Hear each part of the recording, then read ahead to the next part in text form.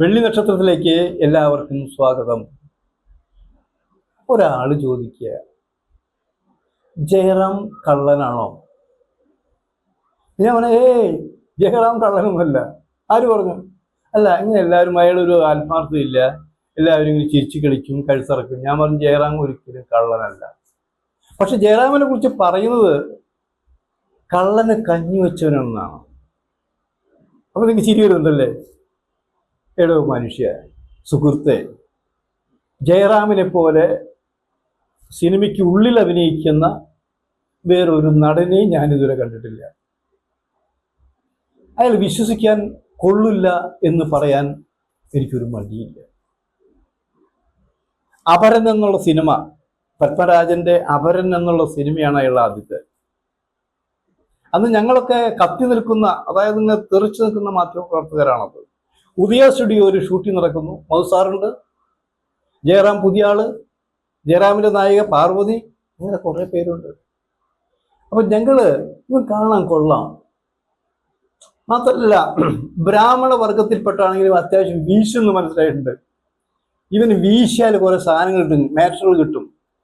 അപ്പൊ ഞാൻ കൂടുതലുള്ള ഫോട്ടോകൾ അവിടെ പറഞ്ഞ കൃഷ്ണൻകുട്ടിയേട്ടാ, ഇവനെ ശ്രദ്ധിച്ചേക്കണം, ഇവന്റെ പടങ്ങൾ കുറച്ച് എടുത്തേക്കണം, ഇവനെ നമുക്ക് ഉപയോഗപ്പെടുത്തേണ്ടി വരും. പക്ഷെ ഇവൻ വളരെ വിനയത്തോടെ വെക്കുന്നു. അല്ല ചോട്ടോ മറ്റാണ് മറിച്ചാണ് പപ്പേട്ടൻ ബന്ധുവാണ്, അവരാ മലയാറ്റൂർ സാറ് ഞങ്ങളുടെ ബന്ധുവാണ്, ഇങ്ങനെ പറഞ്ഞ് വലിയ വലിയ കാര്യങ്ങൾ ഞാൻ പറഞ്ഞുകൊണ്ടിരിക്കും. ഇപ്പൊ ഞാൻ ഒരു കാര്യം ചെയ്യാം, മൗസാറിനെ പരിചയപ്പെടാം. മൗസാറിനെ ഞാൻ പരിചയപ്പെട്ടു. ഇന്ന് നായിക പാർവതിയെ പരിചയപ്പെടാം. പാർവതിയെ പരിചയപ്പെടാന്ന് പറഞ്ഞപ്പോ അയ്യോ അവരങ്ങനെ തലക്കനുള്ള സ്ത്രീയല്ലേ, അങ്ങനെ പുതിയ ആൾക്കാർക്ക് വരുമോ? ഞങ്ങള് പാർവതിയുടെ അടുത്ത് കൊണ്ടുപോകുന്നു, ജയറാമാണെന്ന് പറഞ്ഞു. പാർവതി, അപ്പൊ പാർവതിക്ക് അറിയാം ഞങ്ങൾ എന്തെങ്കിലും കുനിഷ്ടുണ്ടാക്കിയിട്ടാണ് വരാന്നുള്ളത്.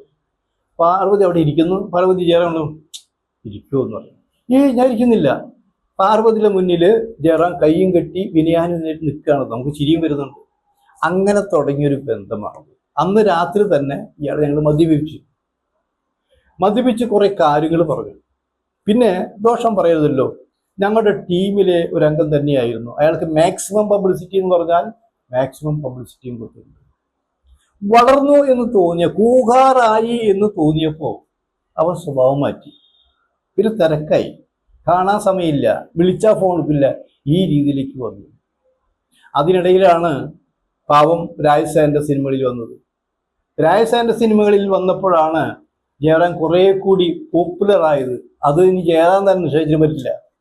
പിന്നെ രാജസേനെ കാര്യം അറിയില്ലേ?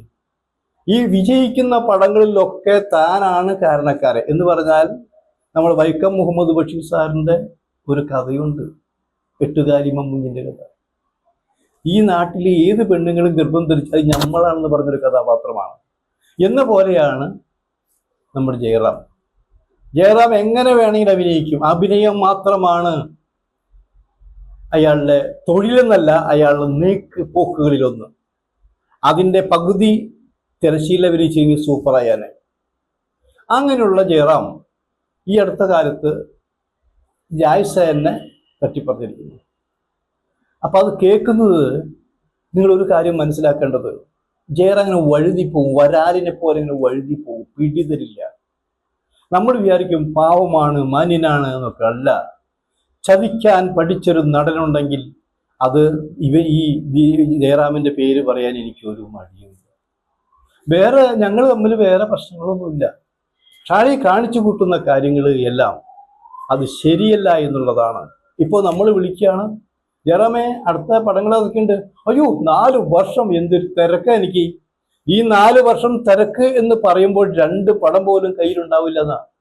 അങ്ങനെ വലിയ വലിയ കാര്യങ്ങൾ പറഞ്ഞു, പാര വെക്കേണ്ടവരെ പാര വെച്ച്, ഇങ്ങനെ സ്വന്തമായി ഒരു രാജ്യവീതി തന്നെ ഒരു ഉണ്ടാക്കി നടക്കുകയാണ്. പല കേസുകളിലും ജയറാമിന്റെ പേരുകൾ പറഞ്ഞു കേൾക്കുന്നുണ്ട്.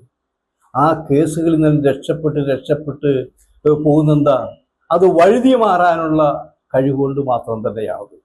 അപ്പൊ എന്നോട് നിങ്ങൾ ചോദിച്ച പോലെ ഞാൻ ഒരിക്കലും ജയറാം കള്ളനാണെന്ന് പറയില്ല.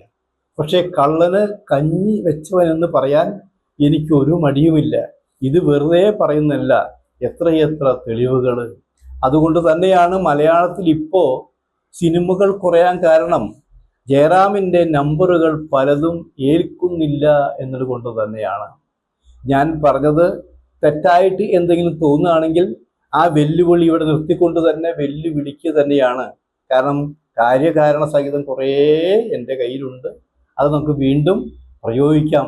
തൽക്കാലം ഇത്ര പോരെ. എന്തായാലും രാജസേന മറന്നവന് ഗതി പിടിക്കില്ല.